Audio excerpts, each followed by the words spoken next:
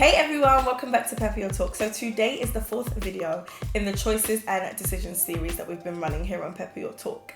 And usually I speak a bit about my experiences, but today I want to flip it. And we're actually going to be speaking about the experience I have had with you guys, which is quite fun. As you know, we have been doing one-to-one sessions. I've held events. I've met you guys in the street. We've done phone calls. We've done WhatsApps. We've done Skype calls. We've done loads of stuff. I have had so much amazing contact with you guys. And firstly, I just want to stop and say thank you, because without you guys, Pepp Talk would not be. So thanks. Thank you. Mwah, mwah, mwah, mwah, mwah. With that said, and with this being the choices and decisions series, I want to encourage you guys to choose you. Before anything else, choose you. And you're probably thinking, Dior, I am me. I live and breathe and eat and sleep and wake up with me every single day. What do you mean by choose you?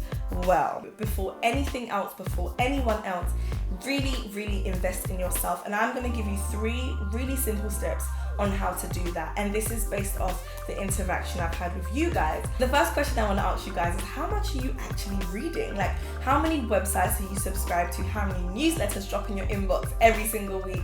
Do you pick up the Metro, the City AM, the Stylist magazine, all these little supplements? Do you actually pick them up and read them? Because the questions that I get, honestly guys, sometimes I'm a bit like, this answer's so simple.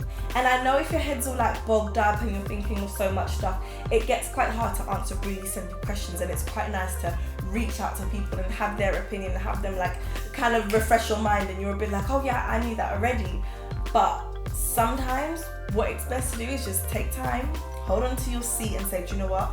I'm gonna read about this. Like, how many fashion websites do you have bookmarks on? Do you have a list of websites that you religiously read every single week? Like, I read Man Repeller, I read Business of Fashion, I read The Lifestyle Edit, I read 99U, I read Refinery 20. I read so many websites every single day. And I'm not saying I read like 1,000 articles a day. Sometimes I read just one. And guys, I'm telling you, after 1 week of doing that, your knowledge is going to start building up to the point where you are going to know the answers to some of these questions and more. You're going to have knowledge on areas that you don't even particularly have interest in, but you're just like a walking, talking fashion dictionary. Like, it just clicks and it makes sense to you. And I really want to encourage you guys to read. Invest in yourself in that way. Honestly, it will do you such a big justice. Sometimes you do not have to reach out to people for some answers. You can be your own guru. You can be your own PR guru. You can be your own design freak. You can be your own whatever it is that you desire to be. You can be that for yourself. And what would be really nice is if we started like a resource bank below this video, where you guys let us know what magazines you read and which ones you find so beneficial. What websites do you go on? Put a link to articles in there. I would love to know what you're reading as well. But more than anything, I want to encourage you to read. It helps so much. The second thing I want to speak to you guys about is emails. Okay, they are tricky. I know. I often struggle to email people as well. I can sit there for 1 hour straight reading back over an email and saying, no, that doesn't sound right. That makes me sound desperate. That makes me sound a bit too over the top. Especially if you're emailing someone for the first time, you're kind of trying to grasp the tone and kind of, you know, introduce yourself as well as putting your information in there and your question and signing it off beautifully. It's hard to get it right. But some of the emails I get, guys, they are shocking. They are shocking. And when I say invest in yourself, getting your email and your correspondence right is so important, because once I read that, I'm judging you. Sometimes the people we are emailing, we're never going to get to meet them. The only correspondence we'll ever have with them is electronic, is via email. So they are judging you completely based on how you've written to them, you know? Make it worth their time, but don't make it take up too much of their time. I once received an email that was literally, it was like this thick. Like, there was no punctuation, no capital letters, like no indications of where I should start and stop reading. And I was like, whoa, how am I going to decipher this? Like, is this some type of German code that they use in the war? Like, what the hell is this? If you want your emails answered quickly, I would strongly advise you make them short, make them sweet, and make them very easily digestible. It's like, you're not going to want to, I may open an email, and if it's like super long and really badly written, lots of like big chunks of text, I'm probably gonna close it and mark it as unread and read it another time because I don't have time for it right now. Like this needs my attention, so I'll give it some time a bit later on. If it's short and sweet, I'm more likely to just quickly type you a response right there and then. So one of the emails I received this week was actually a bit of a bad example, which is why I'm gonna use it as an example today. So she opened up the email without addressing me, which is a big no-no. They always tell you, like, if you don't know who you're emailing, it's probably best to not email until you find out their name. Because once I receive an email that says hello, it kind of makes me feel like you're just mass sending this email out. Like it's not to me in particular, it's to anyone that will listen to you. But I continued to read, and then the email went on to compliment my blog. I don't have a blog. I've never had a blog. And maybe the person was referring to these YouTube videos, which is fine, I understand, but be specific. It's so important. If you're giving someone a compliment, make it sound real and make it sound like it's come from the heart.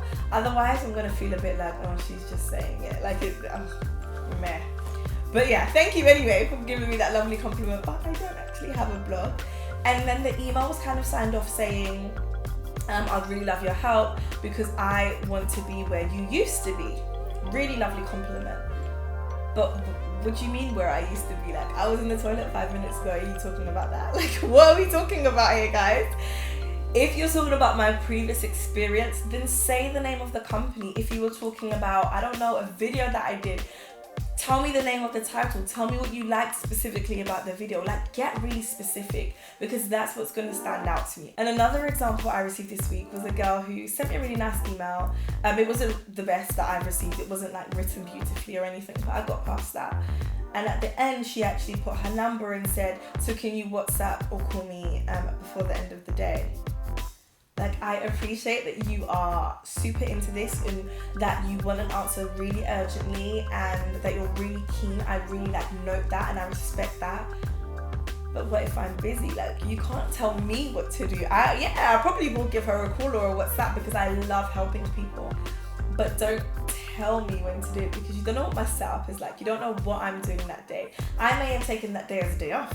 I may not even answer your emails, so by the time I do read that, I'm gonna be like, whoa, so is this not relevant anymore because she did say bye today and now it's 2 days later?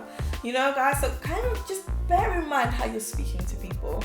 Like, I'll tell you this for a fact, when I get an email that's super short, super sweet, straight to the point, and just well written, I respond straight away because I'm like, yeah, I like this person, like I really want to help this person. I'm more encouraged to respond, and I am quite good at responding. I don't really leave things to like linger on for ages and ages and ages unless I'm super busy. But some people do. Like, I have a mentor who is legit, like she knows me, like we've met up face to face, but she still takes maybe sometimes 2-3 weeks to get back to me, but she is super busy. You know, so I know that when I email her, I make it super short, super snappy, so that when she does have time to pick it up, it's not a chore. Remember that. You guys know by now that I promote a good and healthy stalk. I love a good stalk. I will literally jump on there. LinkedIn, I'll jump on there. Twitter, I'll jump on Instagram. I'll jump on all the good ways to stalk people and find information. With that said, I am actually going to make a section of the website called Pepper Your Stalk, which is going to be about the good and the healthy ways to contact people and how to maintain your contacts. But we'll deal with that when the website is done. For now, honestly, I want to encourage you in the biggest way possible to get out there and get in front of the people you admire.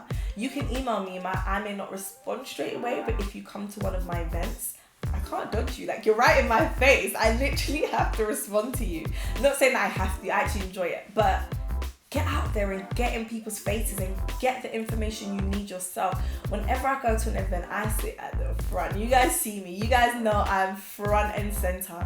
And the girls that are always around me, the ones with their notepads or their phones, I know their faces and the speakers know their faces as well. And it's, yeah, we spend like £5-10 going to events. But the investment that we put in ourselves based on that is so priceless. You know, you don't always have to reach out to someone by email or Twitter for information. You can get that information yourself by just stepping out of your house and going and grabbing it with both hands yourself in the physicalest way possible, which is attending events. So to recap, number one, what are you reading? pick up the free Metro, pick up the free Stylist magazine, pick up the free Time Out. If you don't have access to those, then buy magazines.